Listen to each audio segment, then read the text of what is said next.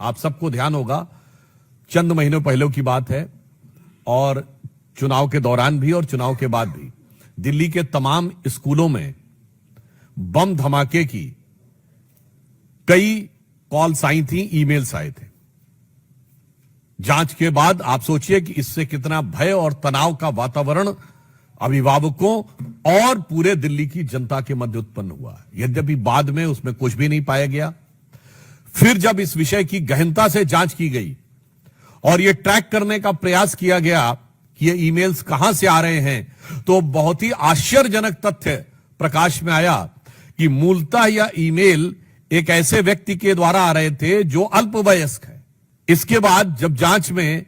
उनके लैपटॉप और अन्य फोरेंसिक चीजों की जांच की गई और इस बात की पुष्टि हुई, तो और भी गहरा तथ्य प्रकाश में आया कि उसके परिवार के लोग और उसके अभिभावक ऐसे कुछ एनजीओ से जुड़े हैं जो कि इस प्रकार की गतिविधियों में पूर्व में संलिप्त रहे हैं, जिन्होंने अफजल गुरु की फांसी का विरोध किया है और ऐसी तमाम गतिविधियां जो कानून व्यवस्था की दृष्टि से राष्ट्र की सुरक्षा के लिए घातक मानी जाती हैं, उन गतिविधियों के समर्थन की बात आई है। अब जो समाचार उपलब्ध हैं, जो जानकारियां उपलब्ध हैं, उससे बहुत गहरा संदेह हो रहा है, क्योंकि हम सभी जानते हैं कि दिल्ली में आम आदमी पार्टी का बहुत गहरा संबंध न सिर्फ तमाम ऐसे अवांछित एनजीओ से रहा है और तमाम ऐसी गतिविधियों से रहा है जो अफजल गुरु की हैंगिंग और देश विरोधी तमाम गतिविधियों में लिप्त रहे हैं। आप सभी को ध्यान होगा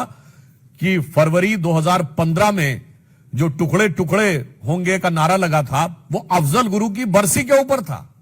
और जिसकी फाइल को महीनों तक आम आदमी पार्टी ने बचा के रखा था। इसलिए अब यह रहस्य गहरा रहा है कि वो एनजीओ कौन है,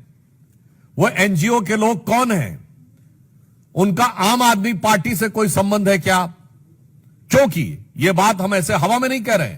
आम आदमी पार्टी की मुख्यमंत्री आतिशी मरलेना जी के दोनों पेरेंट्स ने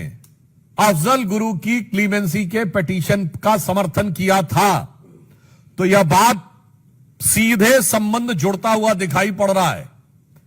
यानी वहां के सर्वोच्च नेतृत्व के साथ, और उस जमाने में याद करिए वो सब लोग, प्रशांत भूषण, शांति भूषण, अन्य बहुत सारे लोग थे, आप बड़ी लंबी लिस्ट है, वो सब उस समय आम आदमी पार्टी के सदस्य थे।